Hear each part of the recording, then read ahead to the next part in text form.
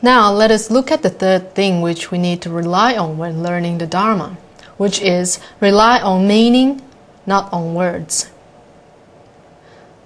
Most of what we learn is acquired through language, and Dharma is taught mainly through words. While words must be respected for the important roles they play in our lives, we must never allow ourselves to be trapped by them. The truths Buddha described in words are not in themselves words. They are truths that entirely transcend words. To forget this point means to forget the essential core of the Buddha's message. A very important thing we need to remember is that even though words must be used, we must not be used by words. Once there was a country that was suffering from poverty and drought. And what the whole country relied on was a water source that was deep in the mountains. Therefore, every morning you would see the people of this country going into the mountains with buckets and bottles just to retrieve water and to supply for themselves. But while the citizens were required to fetch water from themselves, they also had the duty of fetching water for the whole royal family and everyone else living inside the palace. But not only is it a very long distance from the country to the mountain deep water source. Say if it's 5 kilometers on the way, every time they go and retrieve water, they would need to walk 10 kilometers, which would take at least many hours on a very rough road surface. And by the time they returned to the palace, half of the bucket's water would have been spilled, which means they had to walk extra distances, which is really tough. But the citizens had no choice but to do it for the king. But they quietly started to complain about how the king mistreated them this way by making them carry water all the time. And one day the king had heard about this and he gathered his people and asked him, "Is it tough for you to gather water every day?" And the citizens replied, "Your Majesty, we have to walk long distances into the deep mountains every day for pure water. Yet the road has a very rough surface, which makes it very hard for us to carry the water. And every time we have to walk 5 kilometers to the water source and another 5 back, carrying the water. A lot of us have hurt our backs, and many of us have fallen sick." And the king said to them, "I understand what you're trying to say, but we have no choice but to collect water, otherwise we are all going to die of thirst. So why don't we all come together and think of ways to solve this problem?" So some suggest that they build a special cart that carries the water, and that will help transport the water easier. But there's still the problem of having to walk such a long distance all the time. So someone suggested building a water pipe that links to the water source, and it would deliver the water into the city without troubles. But nonetheless, there was not a single decision that could make everybody happy. So as they continued to discuss among themselves, a young man stood up and said, "I think all we need to do is to tell ourselves instead of walking 5 kilometers all the time, we only need to walk 3, and that way, wouldn't the trip be shorter already?" Everybody started to get very happy and said, "Wow, this is a good idea. Instead of walking 5 kilometers every day, we now only need to walk 3. This made everybody happy, and so from the next day onwards, they started traveling towards the water source thinking they only have to walk 3 kilometers. But in fact, it is 5. So if we were to put our focus on the words themselves, we are most likely to disregard the true meaning that lies behind the words. Take this story as an example. By merely changing words, it will not change the actual distance itself. Therefore, it is useless to fool ourselves by the use of words. Sometimes we focus too much onto what the words try to say and forget about the real meaning that hides behind them. So if we were to change 5 kilometers to 3 kilometers by word, what it changes is only the false name and title. It does not really help with the situation. And sometimes by doing so, it will only make us even more ignorant and further away from the truth. Chan masters in the past have had many outrageous behaviors, such as swearing at their students or ridiculing the Triple Gem. Their aim is to shock us into understanding that no thought construct can be accepted as true and that no grouping of words is unchallengeable. Our reverence for the Buddha sometimes may become a hindrance to our growth if we do not understand that the real Buddha is a state of mind, not a mere symbol or story that exists somewhere outside of us. Chan Master Lingji once yelled out, "If Sakyamuni Buddha came around today and started preaching the Dharma, I'd beat him to death with a stick and feed his body to the dogs." The irrelevance of Chan Buddhism, especially since it is of such antiquity, is an extremely valuable part of the Buddhist tradition.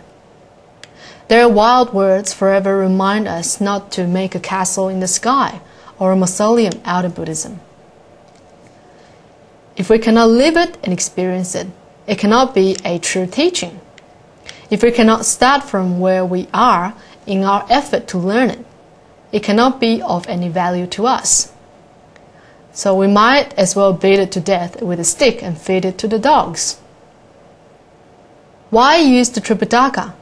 Bring it here and I'll use it as a rag. This is another of Master Lingji's famous utterances. Master Lingji was a monk who dedicated his life to the Dharma.